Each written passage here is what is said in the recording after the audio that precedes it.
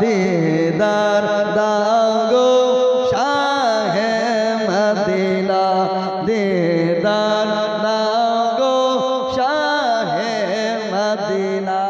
কেন আমরা দিদার চাইবো না? আমরা নবীওয়ালা, আমরা নাটান সুন্নি মুসলমান, আমরা নবীর প্রেমিক, নবীর আশিক, কেন চাইবো না? শুনেন একটা কথা, যখন একজন পাকিস্তানের মুফতি সাহেব হজ করতে গিয়েছিলেন, এই দাদু তখন হজ করতে গিয়েছিল যখন মক্কা মদিনায় তেলের খনি বার হয়নি, সোনার খনি বার হয়নি।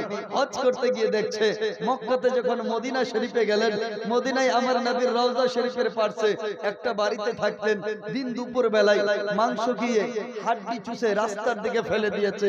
একটা হঠাৎ করে বাচ্চা, মাথায় টুপি নাই, গায়ে জামা নাই, বাচ্চাটা এসে ওই মুফতি সাহেবের নাম মুফতি ইউনুস সাহেব, যিনার বাড়ি পাকিস্তানে, উনি হজ করতে গিয়ে হাড্ডি খেয়ে যখন রাস্তায় ফেলে দিয়েছে, হঠাৎ করে ওই বাচ্চাটা জুটা হাড্ডি মানে চুষানো হাড্ডিটা ওই তুলে বাচ্চাটা চুষতে শুরু করে দিয়েছে। বাচ্চা যখন চুষছে, মুফতি সাহেব এসে বলছে, বেটা বল, আমার ফেলানো এই জুটা হাড্ডিটা চুষতে শুরু করলি কেন? কেন কি তোর মা নাই, তোর কি বাবা নাই?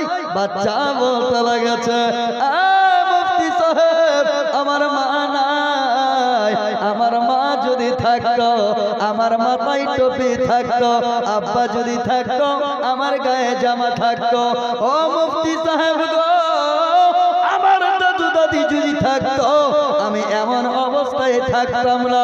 3 দিন ধরে কিচ্ছু খাইনি, 3 দিনের ক্ষুধার্ত আমি বাচ্চা মদিনার গলি গলি ঘুরতেছিলাম। 3 দিন পরে এই রাস্তা ধরে হেঁটে যাচ্ছিলাম, আপনাকে দেখলাম মাংস খেয়ে হাড্ডি রাস্তায় ফেললেন, এই জুটা হাড্ডিটা তুলে আমি চুষে চুষে নিজের ক্ষুধার্ত পেটকে সান্ত্বনা দিতেছিলাম। মুফতি সাহেবের মায়া লেগে গেল, মুফতি সাহেব বলতে লাগলো, ও বেটা চল, আর চিন্তা করতে হবে না, আমার পাকিস্তানে চল, আমি তোমার বাবা হয়ে যাব। বেটা চল, আমার মা তোমার দাদি হয়ে যাবে, আমার আব্বা দাদু জান হবে, আমার স্ত্রী মা হয়ে যাবে, আমার ছেলেরা ভাই হয়ে যাবে। চল, আমার পাকিস্তানে মা বাবা ভাই বোন বাবা পাবে, বাড়ি গাড়ি জমি জমা পাবে, আমার পাকিস্তানে গেলে তোমার দুঃখ কষ্ট থাকবে না। বাচ্চা বলতে লাগলেন, মুফতি সাহেব আপনার পাকিস্তানে মা আছে বলে হ্যাঁ মা পাওয়া যাবে, বাবা পাওয়া যাবে বলে হ্যাঁ পাওয়া যাবে, আপনার পাকিস্তানে বাড়ি গাড়ি জমি জমা সব পাবো গো। আপনি বলুন, আপনার পাকিস্তানে এই যে মদিনাতে আমার দয়ার রাসূলের রওজা আছে, নবীর রওজাটা কি আপনার পাকিস্তানে পাওয়া যাবে? মুফতি সাহেব বললেন, আমার পাকিস্তানে মা বাবা গাড়ি জমি জমা গাড়ি বাড়ি সব পাবে, দয়ার রাসূলের রওজা পাবে না। বাচ্চা বলতে লাগলেন, মুফতি সাহেব কেঁদে কেঁদে মায়ের মায়া ভুলে যাব, বাবার আদর ভুলে যাব, মায়ের মোহাব্বত ভুলে যাব, দাদু দাদির প্রেম ভুলে যাব, তবে দয়ার রাসূলের রওজা ছেড়ে যাব না।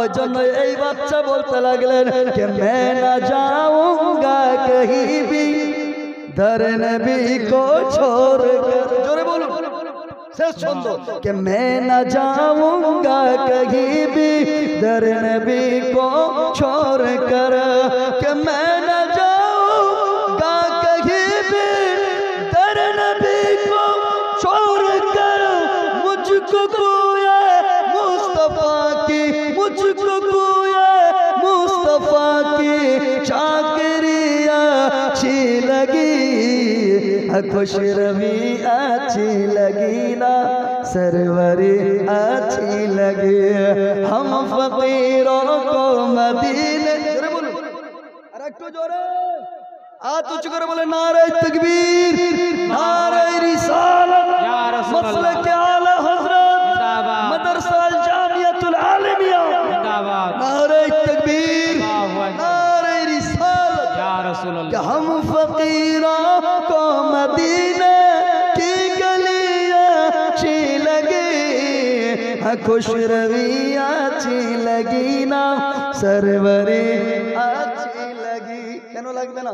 কে নাজ কর তু এ হালিমা সরওয়ার কৌনैन पर, জোরে বলুন এ হালিমা।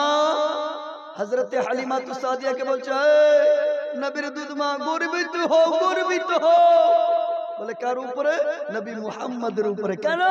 বলে নাজ কর তু এ হালিমা सरवर कौनैन पर, घर लगी अच्छी तो तेरी, घर लगी अच्छी तो तेरी, झोपड़ी अच्छी लगी, खुश रवि अच्छी लगी ना, सरवरी अच्छी लगी। हजरत বসে আছেন আর আমি লম্বা করছি না, কিন্তু আমাদের সুন্নি মুসলমান আমাদের একটাই ধারণা, একটাই আমাদের মনের সব সময় কে আমরা সব সময় মনে রাখবো যে যতই আসুক তুফান, আসুক যতই তুফান, মোরা কভু ডরি না, আমার হৃদয়ে কাবা, নয়নেতে মদিনা। আসুক যতই তুফান, মোরা কভু ডরি না, আমার হৃদয়ে কাবা, নয়নেতে মদিনা।